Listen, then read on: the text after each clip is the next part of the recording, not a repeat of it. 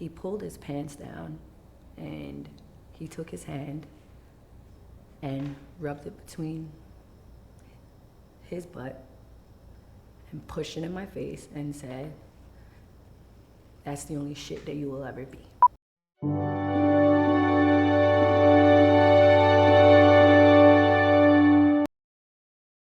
Kerrisha, take one. Camera B, mark. June 29, 2007 was a Friday. I was 15 years old, 15 and pregnant, 3 months pregnant to be exact, when my world came crashing down that day. I'll never forget, I was laying in my mother's bed, and I usually always sleep next to her. I have my own room, but always slept next to my mother. It was just like a safe space for me. It was around approximately maybe like 6 in the morning where she tapped my foot, but she couldn't speak to me. So instantly, I knew something was wrong. My mom did have a long history of suffering from asthma, so I thought she was going through normal asthma attack at the moment. And when I realized, I'm like, okay, do the usual, sit her down. I went to get my brother, who was in the living room at the time with his girlfriend, and letting him know, like, Mom is not well, call 911. And I went back to my mom. So while he's calling 911, I see that she's like gasping for air. She couldn't breathe. It was just a lot for her. Immediately I looked out the window, because where we lived, it had there was a park across the street, and there was always like an ambulance truck that stationed right there. And so I'm like, oh, the ambulance is always across the street, so maybe just get the ambulance, someone to come and help her. The ambulance truck was not there that morning, and I saw NYPD stationed actually right there in front of our home. And I actually immediately ran downstairs, and I remember having this big t-shirt on, and I literally had no bottoms on. I didn't care. I just wanted to make sure she was okay. And I was waving to the officer, can you help us? They did see us, but they didn't come inside. So I went back upstairs. When I went upstairs, that's when I saw my mom standing up. And I saw my mom, her hands was up in the air. And I'm like, Mom, you have to sit down. And she just still couldn't talk. And that's when she began foaming from the mouth. And I was like, okay, now this is serious, because I never seen her foaming from the mouth before. So now I know something tragically is about to happen. And this is what's going in my mind. And so I'm praying God, don't let this be what I think that is about to be. And then as soon as I'm watching her, and I'm telling her Mom, let's sit you down, she immediately just passed out, and she hit the floor face forward. Towards her going down, she hit her nose on the TV stand, which ended up having her laying flat. While she was laying there, a puddle of blood started to form around her face. I'm sorry, 1 second.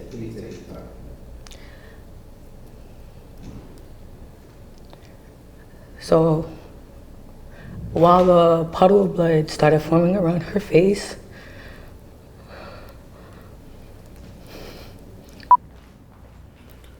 How you feeling before we start? Emotional. It's I'm back into, it's I'm 15 again, and it's happening. This is not easy to do. I know this is a very tough show that we're doing.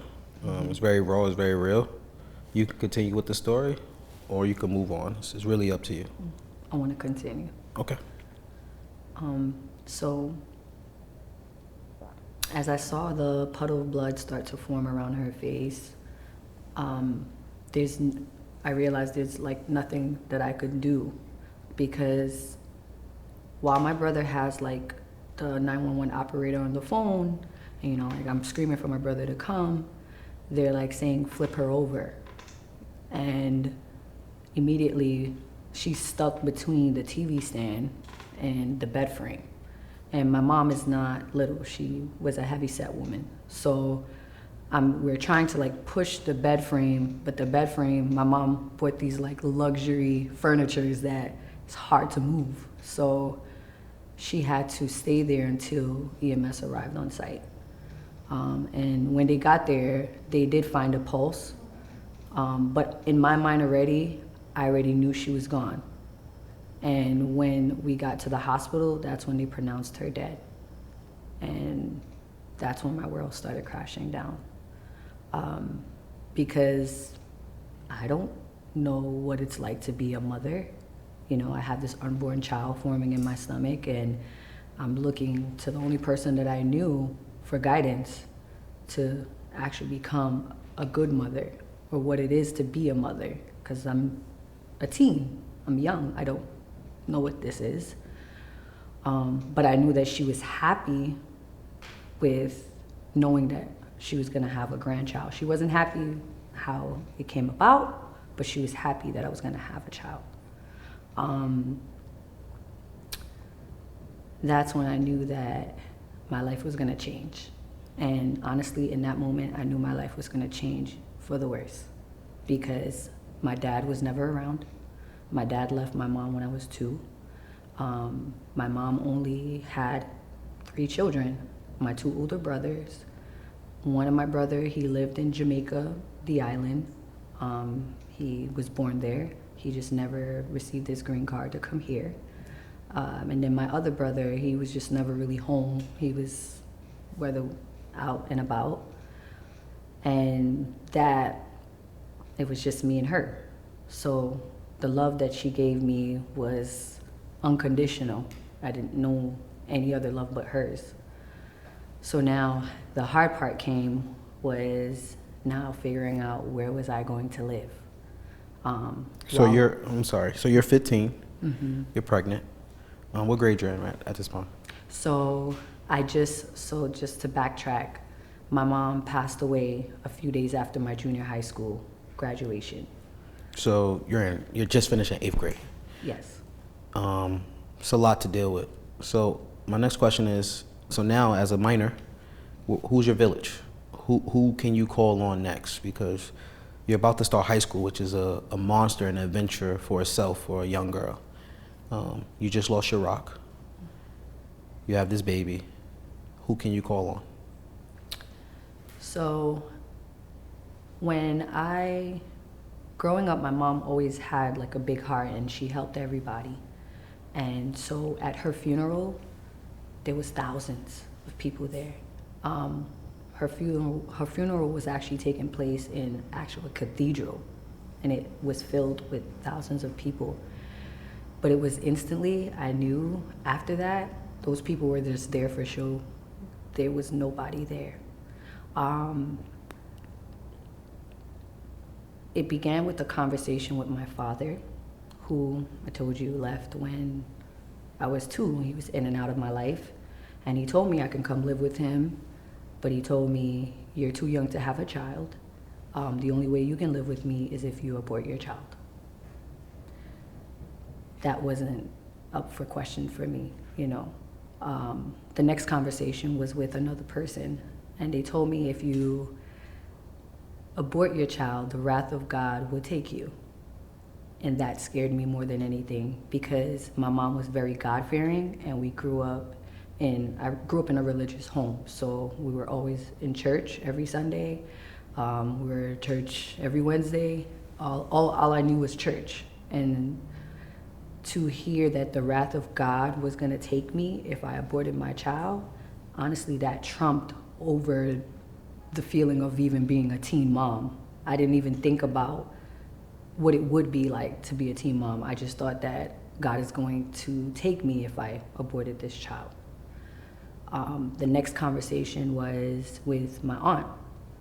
And my aunt, she told me, you can come live with us, but do know ultimately the decision is up to you, and you will have to deal with the outcome. But I'm not telling you to abort your child, and I'm not telling you to keep your child. But the choice is up to you, but you have a place to stay. So I went with her because that was the only place that allowed me time to figure out if this is what I really wanted to do.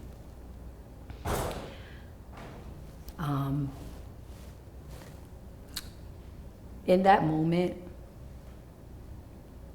it was a lot because my aunt already had 5 children, and she was already going through what she was going through with her 5 children. My aunt also had a big heart, so she was also taking care of my other cousin, which is her niece, that lived with her as well. So that was 6. Then I would be 7, and then my unborn child would be 8. So that's 8 children in total that she would have to spread love to and take care of. I already knew that I wasn't gonna get the love that I once had once I lived there. I lived in a place where we were jam-packed, you know. I was used to just being me and my mother. I had my own room. Now here I am. I'm gonna have to share. I'm gonna have to share love. I'm gonna have to share time and attention with someone that don't really know me like that. Now I have to share space with, you know, my cousins. I knew them, but I didn't live with them. I was able to now it's permanent. So it was like all hitting me all at once. And then also the feeling that my mom is no longer here, and I'm now dealing with grief, crying every day, crying every night, not eating. Honestly, to a point, I even forgot I was pregnant. So I was just not eating. I was just in a very depressive state. Then the conversation came with my aunt to talk about high school, you know. And, you know, she did everything she could to figure it out for me. She found a high school located in Queens called Hillcrest High School, which had like a nursery on site. And so she told me, here's an option, you know, where you can bring your child with you to school, you know, and if you decide to keep your baby. So I've decided that I was going to keep my child. And I said, you know, if I'm going to keep her, now this is where your life is going to begin. I really, honestly, the state I was in, I didn't want to live anyway. Like, I didn't want to be here anymore. And my daughter is the reason or the purpose of why I decided to keep living, because I didn't want to live anymore. I didn't see any purpose of living. But she was my purpose of living. And so I said, I'm gonna do everything I could the right way for her. So I remember starting high school and walking those halls, and it just felt different, being pregnant and seeing, you know, other students my age that wasn't carrying children. I was like, this is so weird. And but I was okay because I had like my 2 other cousins that attended the same high school. So I was like, if I didn't have friends anyway, I had my cousins that was attending the high school. So I had my cousins who was my friends. And thank you. You know, they were, you know, the students that was there, they were really kind, they were nice. But at the same time, I knew that I was still carrying a child, and felt different from everyone. It's not until I actually walked into the nursery and I saw that there was other, you know, people that looked just like me. And so I kind of found like that niche and other people that was relating to the fact of that they were either already a mother or they were also about to give birth as well. And so I didn't feel so alone, but I still felt that loneliness because of the loss of my mother. So I would see a grievance counselor at school, and then, you know, from time to time, just keep walking those hallways and making sure I kept myself on that narrow path to go to class every day.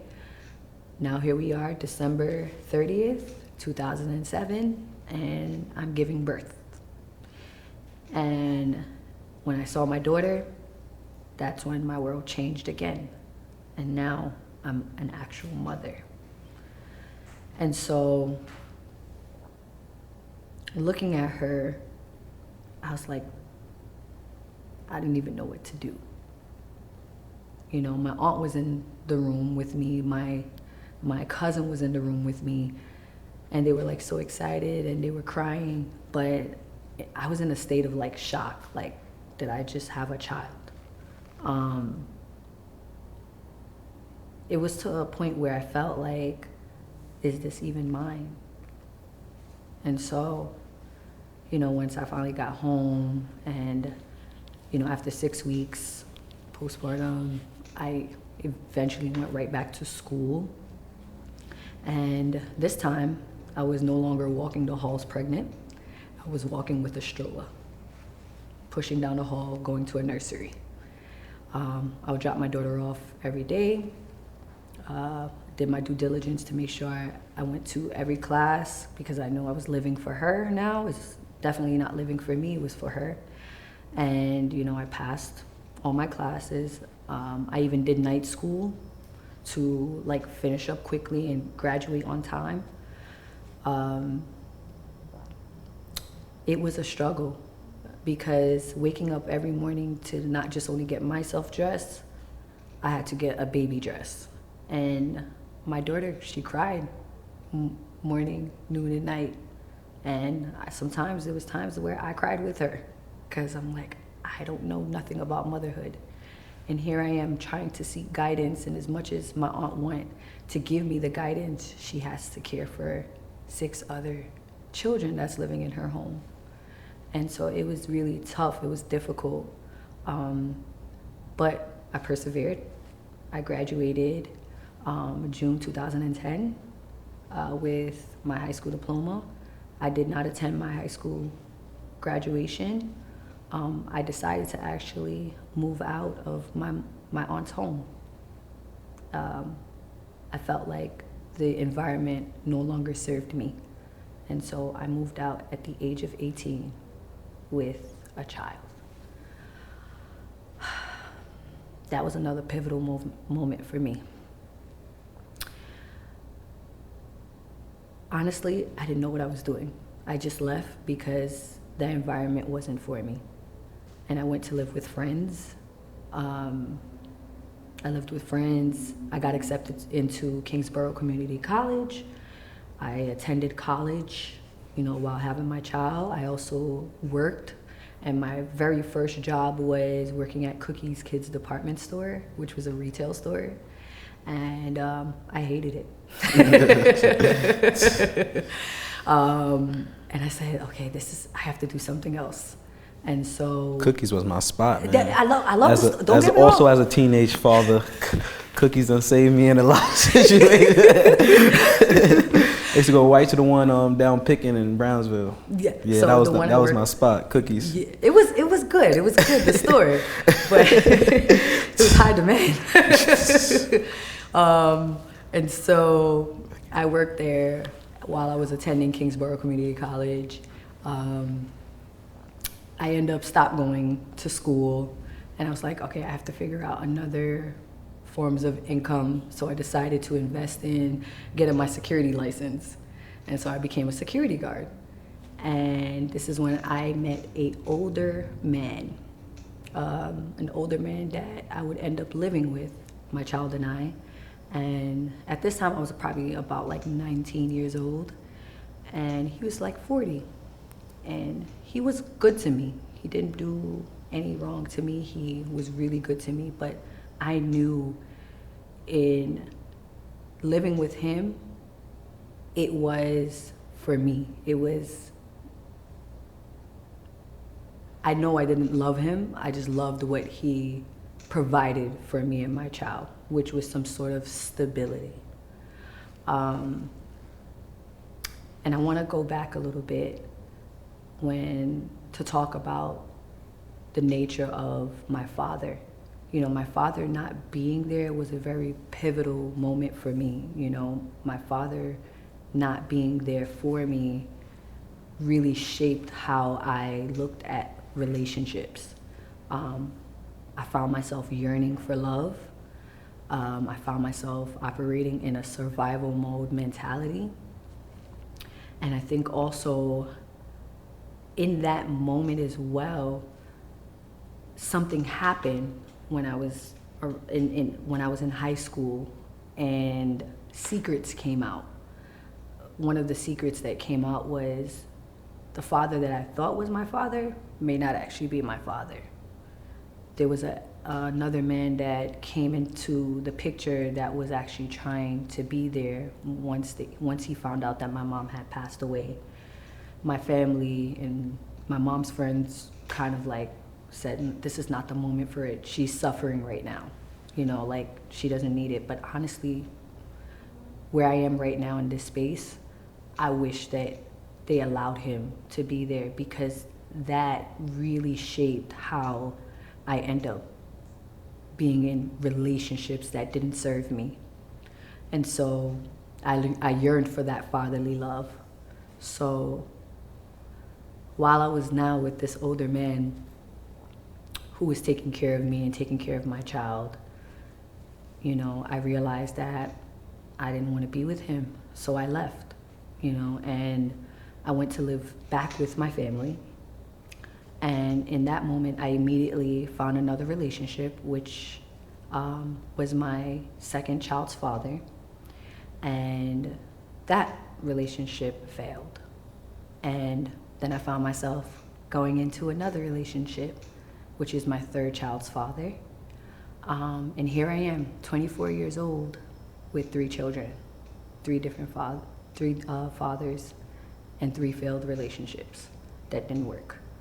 But I will say the third father was the worst relationship I've ever experienced. In that relationship, I went through domestic violence. And it wasn't just physical, it was emotional, it was verbal. It happened in front of my 2 daughters. It happened in front of his family. It happened behind closed doors. It happened when I was carrying his child. He would abuse me. And I still stayed.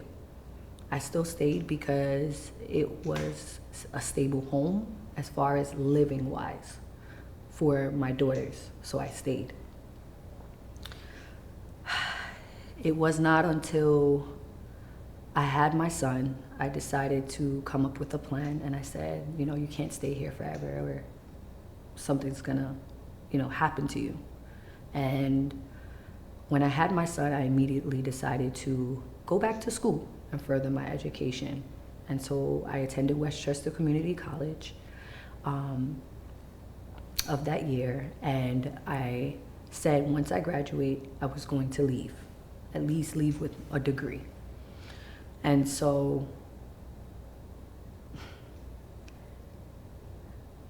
it wasn't until my last semester in Westchester Community College, I was studying for my microbiology exam.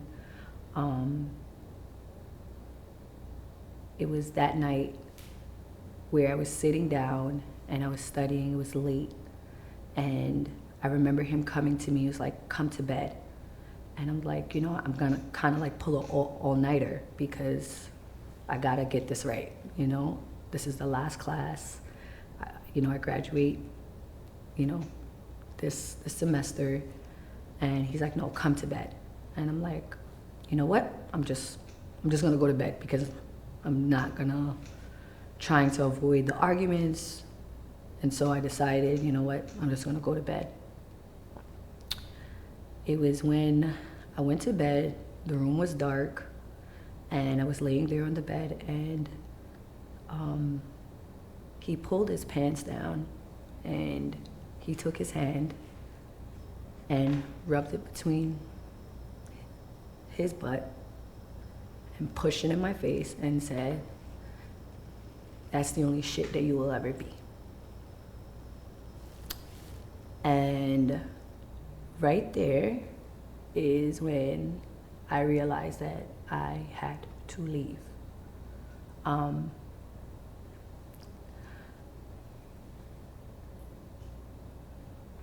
That moment was a very pivotal moment for me because I'm thinking about my 2 daughters and my son, and I'm like, what example are you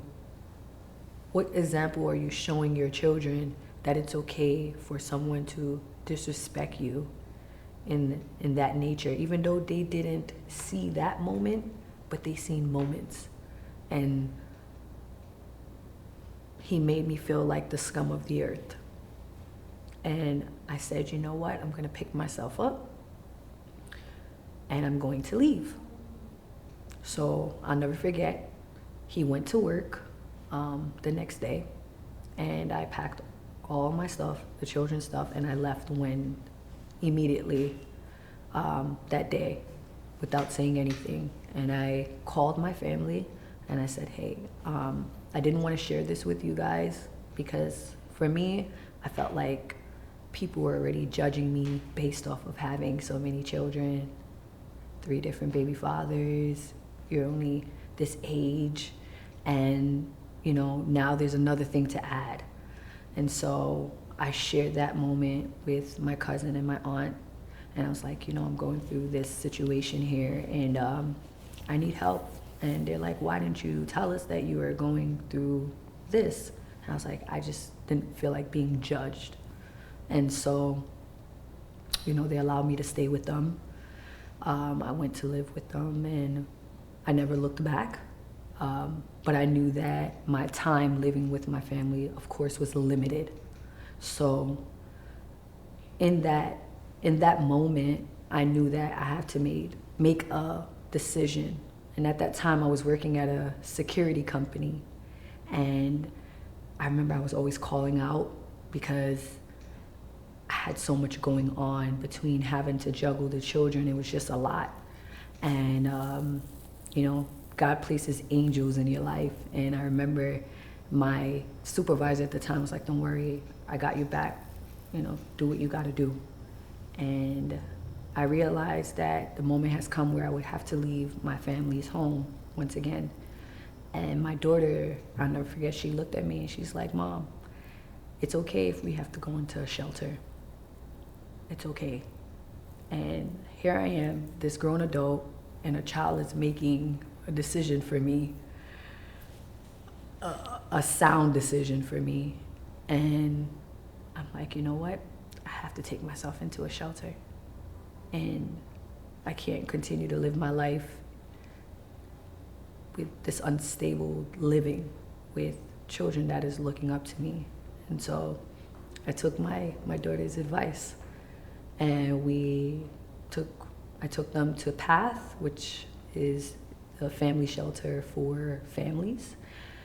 And it was a very long, tedious process, but we got it done. We ended up staying in a shelter in the city, which was a very nice hotel. We were right across the street from Madison Square Garden, so traveling to work was easy. Getting them to school was easy because we had access to public transportation. And I remember receiving a phone call from a former coworker that said, hey, there's a job opportunity that I think you would do really well in. And it was to become an operation manager for a shelter. So here I am, living in a shelter and now going to be working in a shelter. And so I'm like, I can't lose on this opportunity because it was really good paying money. So, I got the job, I did the interview, got the job, and that changed my life forever. He told me that it is a tough site, but I think you can do it. But honestly, I already had the mindset that I needed to get out of this space of dysfunction. And so I wanted to do right by my children, so I took the job opportunity. It was late nights, traveling back and forth, but it was worth it. And that's when it only took me 3.5 months to move out of the shelter, because now I was making enough money. I was able to save, and They considered me like a high earner, so they were able to find me an apartment, and I moved out within 3.5 months of living in shelter. And now I have my apartment, and life changed for me here. I was able to finally feel free. I was able to finally see the light. And that's when I decided that I wasn't gonna look back. This was my time to shine. So as I was working in this company, I got promotions. I became the director of operations, and I started working alongside security guards. And now I found myself kind of being the person telling everyone what to do. I was the supervisor, so, you know, it felt good. It felt good to be in control, and someone wasn't controlling me in this space. And so now here we are, figuring out my next steps. And I want to take it back to when I was 4 years old.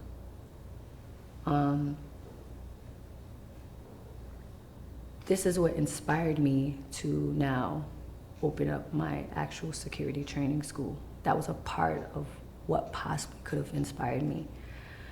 I was 4 years old, and honestly, my mom and I should have been dead from that time.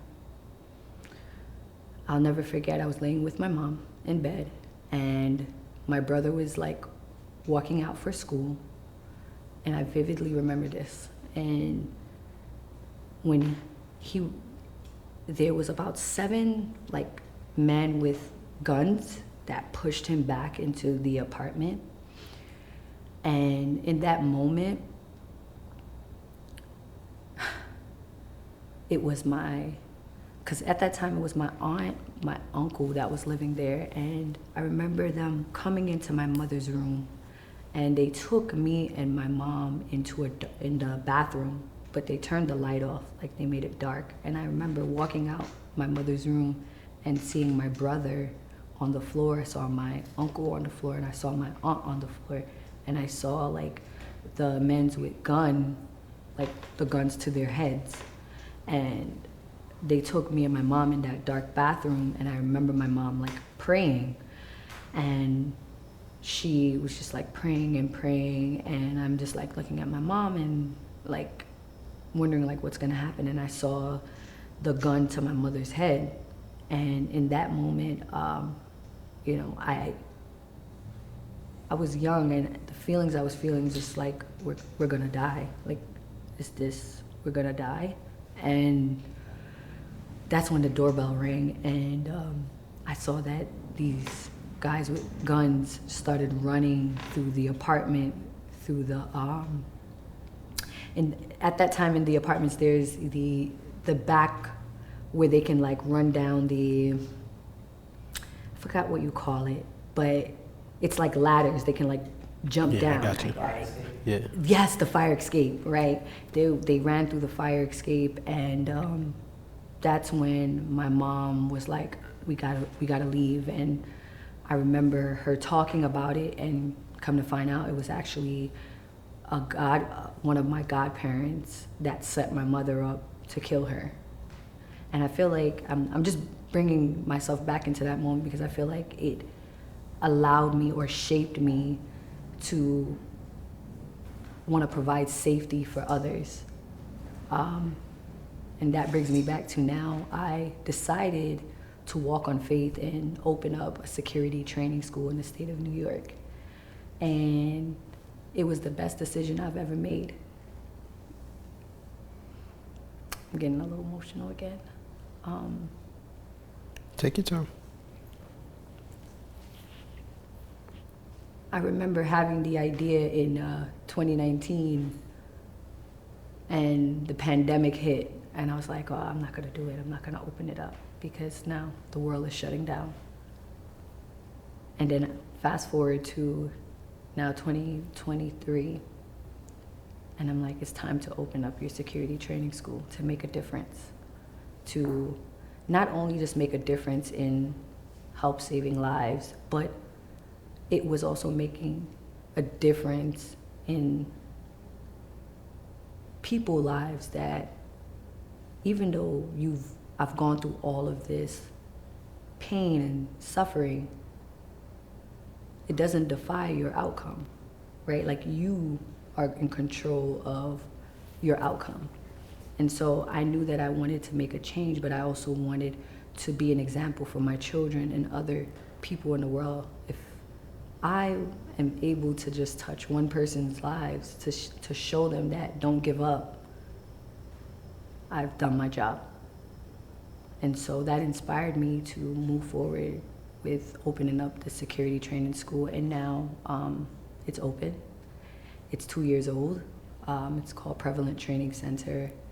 It's located on 94 School Street in Yonkers. However, we've been approved through the Division of Criminal Justice to offer virtual training, which I'm able to help those that may be in a position of not being able to come in person because they are dealing with having a child that they probably don't have someone to take care of their child, so they can get on the training virtually to help them get back on their feet, to find employment again. And, you know, to be able to do that, it's like, it's life-changing for me, because the opportunities that I wish I had at that time, I wasn't granted, but I'm able to help someone else be able to get that opportunity. And so that makes the whirlwind of a difference in my life.